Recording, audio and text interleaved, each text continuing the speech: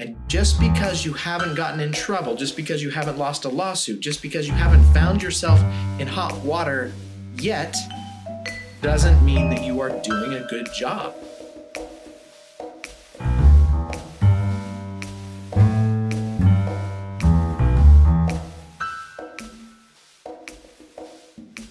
Hello and welcome back to the Marcus Williams Training Academy podcast, where we talk about all things misconduct. Today's episode is going to be a little bit different. It could fall under our series if it were up to me. But really, I want to speak directly to you. I want to speak to those of you who do investigations, no matter what your role. If you're involved in investigations in any way, I want to talk to you. And even if you are not the investigator, even if you are someone who was a party to an investigation, whether you were a respondent, a complainant, a victim, a witness, I'm talking to you. Now, I hesitated a little bit on whether or not I should even do this episode, because the common adage is you shouldn't bite the hand that feeds you. And the things I'm going to say today might cause you to become defensive, might anger you a little bit. And so I thought about it, and I went back and forth on whether or not I should even produce this episode. And I decided, you know what? My reputation is that I am open, I'm honest, and I'm going to give you the truth. How can I help you be better if I'm not honest with you? If I tell you you're doing a great job all the time, even when you're not, that doesn't help you. And so I decided that my clients depend on me being honest, and therefore I'm going to go for it. So please listen to this episode with an open mind. Even if you start feeling a little bit defensive, that's okay. The purpose is to make you think. So I hope you really listen and think about it and improve what you're doing, because that's the goal, is for us to all become better. Now, before I jump into it, please subscribe to the podcast, leave a review, hit the notification bell. All of that really helps. And if you enjoy this episode, go back and listen to the others, tell your friends, share. I would really appreciate it. All right, so the title of this episode is You Are Not As Good As You Think You Are. Now, right there, you may have sat back a little bit and gotten defensive.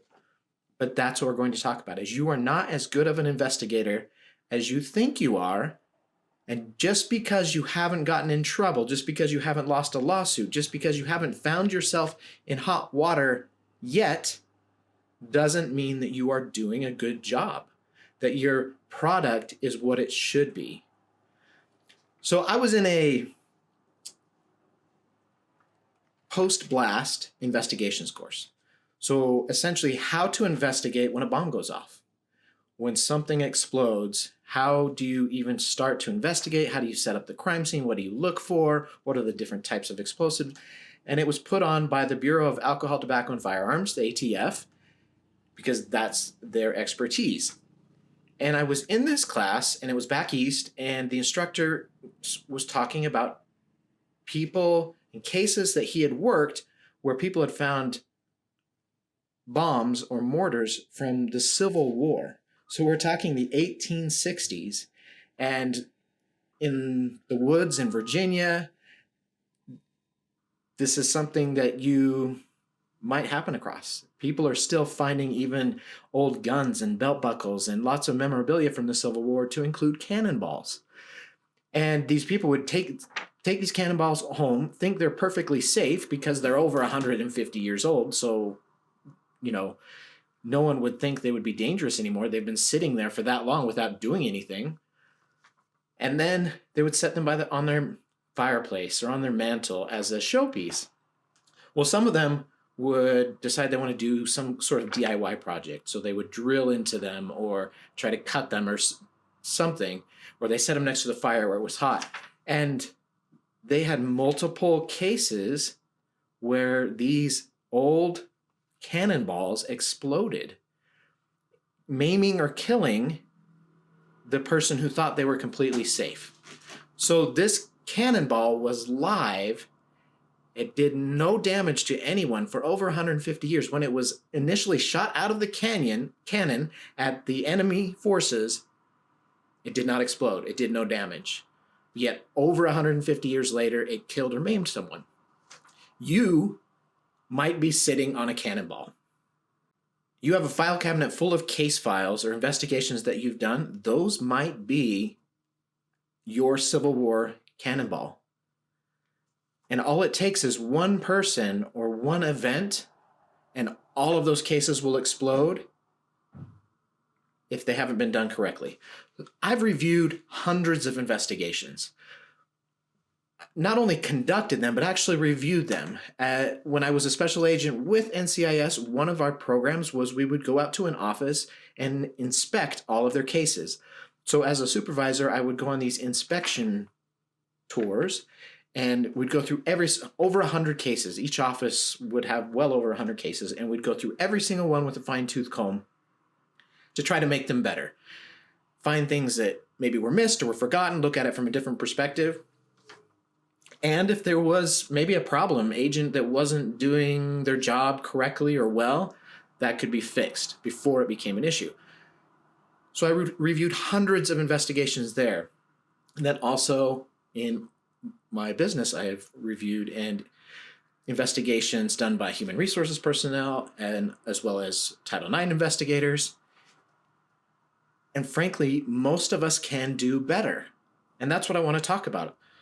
So let's talk about those three different categories. First, let's talk about law enforcement investigators. They receive probably the most training, yet they still have issues. There are still issues. The reason why we went out on those inspection tours is because we found problems. And I had cases, the inspectors came to my office and inspected my cases, and even cases I thought were really good with a different perspective, someone else looking at them, they found things that I missed or I could do better, because we can always do better. So what did I find most of all in those cases? Professional investigators, law enforcement. Usually it was laziness. The investigator, the detective, formulated a conclusion early on and just skipped steps, didn't corroborate evidence, didn't go back up things, just accepted things as fact because either the case wasn't interesting, they got something else that was sexier, if you will, or they got too busy and they just put it on the back burner. Maybe they had an investigative plan, maybe they didn't, but if they did, they didn't follow it. They didn't follow through on all of the steps. So usually that was it. But I also saw that there were times where there was a lack of training, and I saw this in police departments with new detectives. So there's a local department, and I learned that, you go through post-training, the police officer training. In order to become a police officer, you go through your on-the-job training, and then you put in your time as a patrol officer. And this particular department, if you wanted to become a detective, after so many years as a patrol officer, you just applied, and if you were accepted, the next day you were a detective. There was no investigative training, no advanced training. So what I found, and I could tell those officers who had recently become detectives. Now, they had a detective sergeant, they had a mentor, another detective to help them, but they were all very busy as well. So what I found is those new detectives would work a case like they did as a patrolman.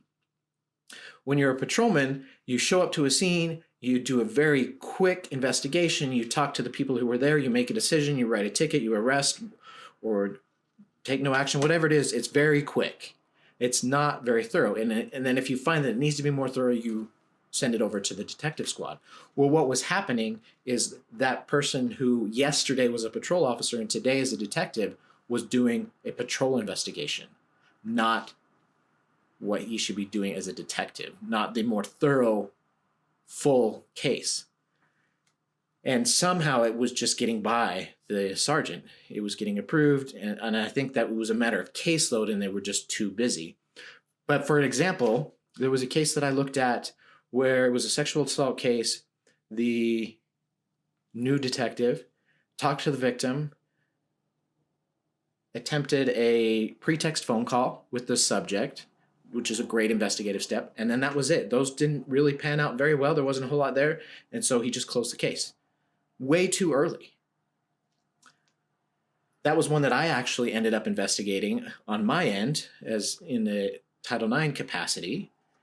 And I found there were a lot of medical records and other people to interview and other information that actually corroborated and made the case a pretty strong one. There was medical information that directly related to the allegation that that detective never even asked for, let alone looked at. So I could say that he was just being lazy, but I don't think that was the case. I think he just didn't have the training and was running a case like he would have as a patrol officer, and then he moved on to the next one. He made a decision and moved on without doing the full investigation. And that's not fair for any of the involved parties, even the suspect. That's not fair because he never really was cleared. It just kind of was dropped. So those are the two issues: laziness and lack of training on the part of law enforcement or professional investigators. All right, who else does investigations? A lot of times it is attorneys. They're referred to law firms, or attorneys are hired as the corporate or Title IX investigator. Now, this is where all of you who are attorneys out there are going to start getting defensive and you want to turn it off. And, what do I know? You went to law school. Just take a deep breath and listen, because I'm giving you observations that I've seen as a professional investigator, issues with attorney investigations. And you can be better if you incorporate these into your cases. So attorneys tend to be very thorough, right? That's part of their training in law school, and that's a great thing. That's a good thing. The problem is they tend to try to argue every single point, and they go down rabbit holes of argument for facts or evidence that's not relevant. And I saw this all the time, very frequently, where attorneys would be arguing a point, and at the end of it, I would say, that's great, but what are you trying to say? How does this relate to the allegations? It doesn't. It's not relevant. But you found a problem that you didn't agree with, so you argued it. That hurts the investigation. That's not a good thing. And that was a common problem with attorney cases that I looked through. Sometimes I see them act as though they are a judge. They're looking for legal issues in the case instead of evidence to support or not the allegations. So it's kind of like, I've read investigative reports from attorneys that felt more like an appeals court review. I remember one instance, and the case was appealed, and so this was an appeal process. But an attorney was assigned to do the appeal, and it was in an investigation capacity, but he happened to be an attorney. Now, what he ended up doing was writing a very long argument about the wording in the policy and the structure or order of the different sentences and what that meant and how that changed the meaning and he didn't even really address the actual allegations and evidence, because he spent the entire time writing a legal review of the policy that had already been approved and that he was already mandated to follow.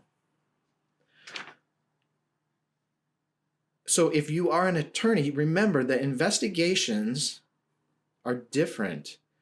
It's a different specialty. You didn't really learn that in law school. You learned how to gather information. You learned how to do depositions. You learned how to interview people in that capacity.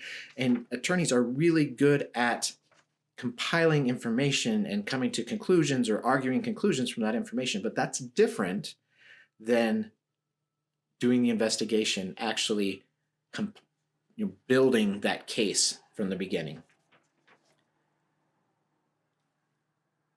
And that report can be very intimidating, not only to whoever the decision maker is, the manager, or whoever in your organization makes that decision, but people are intimidated and feel like, well, this is what an attorney said, so it must be right or true, even when there are flaws or problems with the report. So there's this bias that you know what you're doing because you're an attorney, even if you don't. So those are the problems I saw there. So I hope if you are an attorney that you're still with us, you're still listening, and that you can incorporate it. Think about that with an open mind, like I said. The next group of people are human resources professionals that do investigations. So here's the problem there. If you've heard the term, if you go to Vegas, that the house always wins, or the house holds the cards.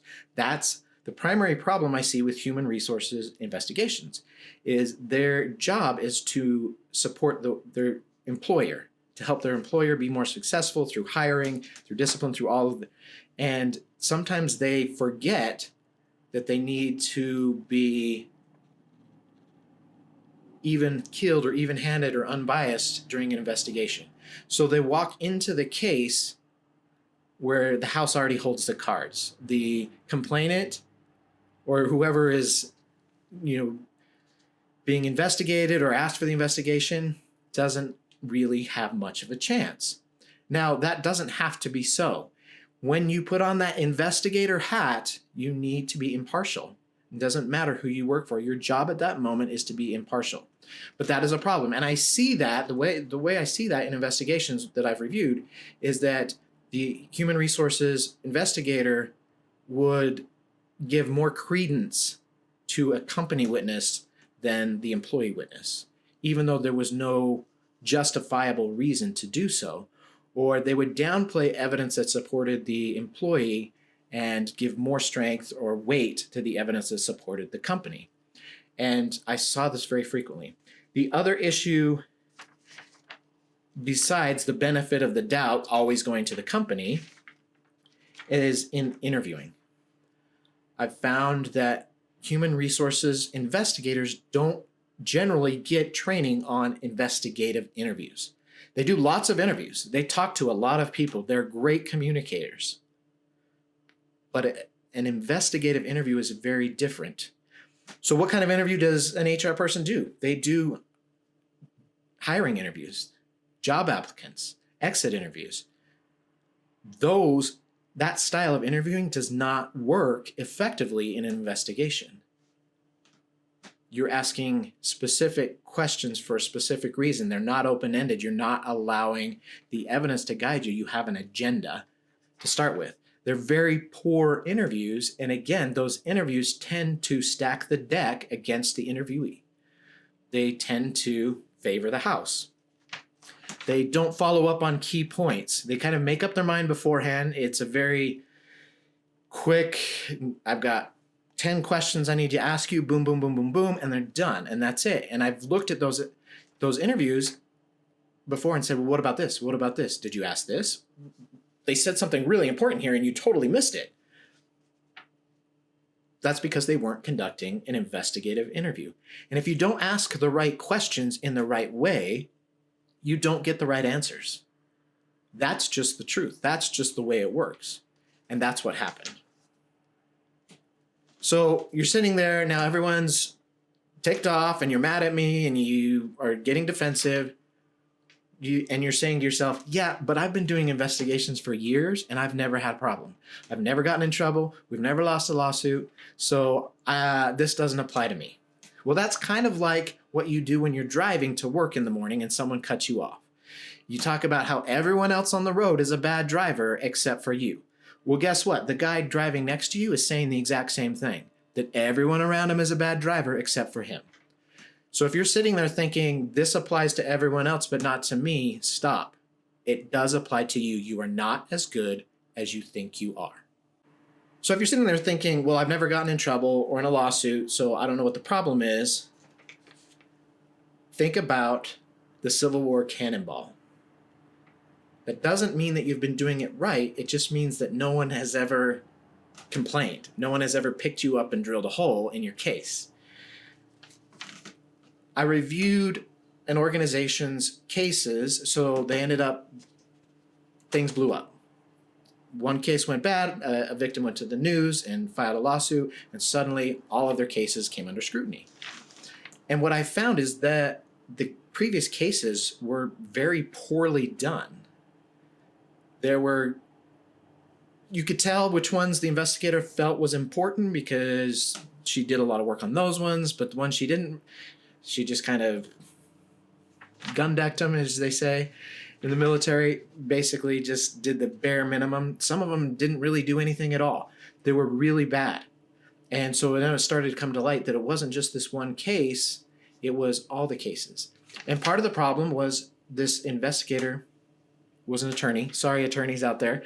But there was a false sense by her supervisors, by her management, a false sense that she knew what she was doing because she was an attorney. So there wasn't adequate review or supervision on her cases. Remember when I talked about the inspection visits?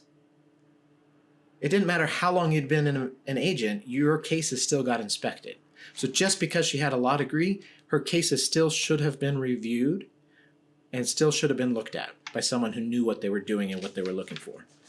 But this one case blew up and suddenly everything blew up because the vast majority of them were very bad. She had been very lazy in documentation and in casework and in corroborating. She didn't know what she was doing, frankly. So that organization had a lot of work to do to fix that.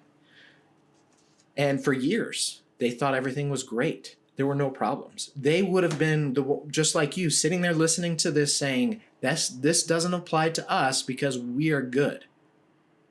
Well, you're good until it blows up. So why doesn't it blow up more often? Part of the problem is because employees, so if you're an employee, listen, employees don't know that they can fight back or don't feel like they have the power to do anything about it. So they just let it go. They just live with the consequence, even if they're wrong or unfair. And why is that so? Well, again, the company holds all of the cards. They hold all the power. The employee is facing job loss. If I complain, I can skate by now with discipline. If I complain, I'm going to get fired. They have to pay their mortgage every month. Very few people have the savings to fight something. Not only pay all their bills without a job, but also pay all the court costs and attorney fees and everything, because it could take months. And so an employee looks at that, though the company has that built into their budget. They have a lawyer on retainer. They're ready to fight. They've got the resources to fight. The individual employee doesn't, so they don't let it go. It's not until you get that one person who maybe has a friend or a family member who's an attorney willing to do it, or they have the money, or they have the savings, or they're just mad enough that they're willing to do it. And that's when everything comes crashing down. It's easier for an employee to just go along with an unjust finding than to fight it. The other thing is they don't want the reputation of being that guy, that employee who's complaining, who's fighting, who's arguing, because they need to find a new job and they don't want that reputation to follow them to their new job. And companies know this. HR, you know this, and you use that. Even if it's subconsciously, you use that, and again, you have the power. The company has the power, so employees don't fight it. But if you look at the cases that have blown up and look at some of my previous podcasts, misconduct in the news, Ubisoft, Disney, these cases blew up because one employee finally came forward and said something. And as soon as that happened, all of the other people that had been impacted felt empowered to say something as well. It blows up on social media, it blows up in the news, it becomes a lawsuit, and suddenly what could have been handled properly the first time becomes a massive PR issue and a massive problem. Another issue is that employees, if they do fight it, why they don't win is because they don't go out and find the right person to represent them. They go out and find their brother or their uncle or their neighbor who happens to have a law degree, but in corporate organization or in contract law or in real estate law. So it's an attorney who doesn't know how to fight a Title IX case or an employment case. And so in my experience, those actually turn out worse because the student or the employee feels like they're being represented and getting support, but actually that representation is hurting them because the person doesn't know what they're doing. They're not actually helping their client, because what they really should do is go out and say, hey, I'm a water rights attorney. I don't know this stuff, so I'll find you someone and we'll make a deal to help you out. But instead, they take the case, they're being nice, but they do more harm than good. So what happens if the case blows up? If you have that situation like Ubisoft did? Who do you think takes the fall? Right. It's the investigator. The investigator is the one, even if you never got proper training, your employer didn't send you to training, even if you asked for it and they refused to pay for it, whatever it was, the buck stops with you as the investigator. When they read the report and see that there are lots of problems with it, that it was a poorly done investigation, the signature at the bottom of that report is yours. It's not the CEO's, it's not the VP's, it's yours. It's the investigator. You are the one who's going to be thrown under the bus. You're going to be thrown to the wolves because you are the one who did the poor investigation. And you can't blame anyone else, especially if you are just going along thinking you're doing everything right. And now that you've listened to this and I've told you you're not, you have no excuse. You have no excuse. Nobody's going to care about your lack of training. No one is going to care about any of that. All they care about is that you screwed up, that you didn't do it well. You were supposed to know what you were doing. You were the one they trusted to conduct the investigation. You were the one who wrote the report. And so you are the one to blame when that cannonball blows up. I don't know how many times I've heard, well, I've been doing investigations for a long time, so I'm fine. I don't need any more training. Guess what? I've been doing it for over 20 years, and not as just part of my job. That is my job. I am a professional investigator, and I still seek out training. I still read articles. I still look for good books to learn and to become better. So if you ever say, I don't need this because I'm good to go, I've been doing it a long time, you're sitting on a Civil War cannonball. And one day, that cannonball is going to explode. And you're the one sitting on it. You are not as good as you think you are. None of us are. Go out and seek additional training. Go out and seek mentorship from someone else who's been doing it as well. Talk to your colleagues about how they do it to find best practice and the best way to do it. But remember, if you're asking someone how they do it, you need to know what their qualifications are. What is their training? You can't just copy someone and say, well, I asked somebody, well, what if their training is worse than you? What if they're doing it worse than you are? You need to go to someone who knows what they're doing. In any other profession, you would go to a professional. If you want your car worked on, you don't take it to a plumber. You take it to a mechanic. The same thing should apply. You are the mechanic in this situation. Do you know what you're doing? And I'm here to tell you, not as much as you think you do. All right. Thank you for listening. And I hope that this caused you to think a little bit, that this opened your mind to think and to engage in some introspection, some self-inspection, and think about, do I really know everything I need to know? Or should I get some additional training? Should I get some help? Is the cannonball I'm sitting on inert, or is it going to explode at some time? And if you want me to come in and help you with that inspection, that examination, to let you know you're either in a good place or you're in a bad place or you need a lot of help, let me know. I'm happy to do. That's part of what I do, is help you to become better by looking at where you're at and what you're doing, and I can help you figure out what to do better. And I will bet you, and I'm making this bet with hundreds of inspections behind me, that I will find problems with your cases. And that doesn't mean that they're going to explode, but it means you can do better. I will find problems with your cases, and that's okay.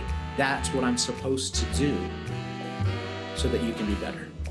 I've gotten defensive before when they've looked at my cases and told me I need to do other things, or that I need to fix this or fix that. Of course I do. But then I do it, and my case is better for it. You have to be willing and humble enough in order to get better. Please subscribe, share with your friends. If you know someone who needs to hear this, send it to them. Tell them they have to listen to it. I appreciate your time, and thank you for listening, and I will see you next time on the Marcus Williams Training Academy podcast.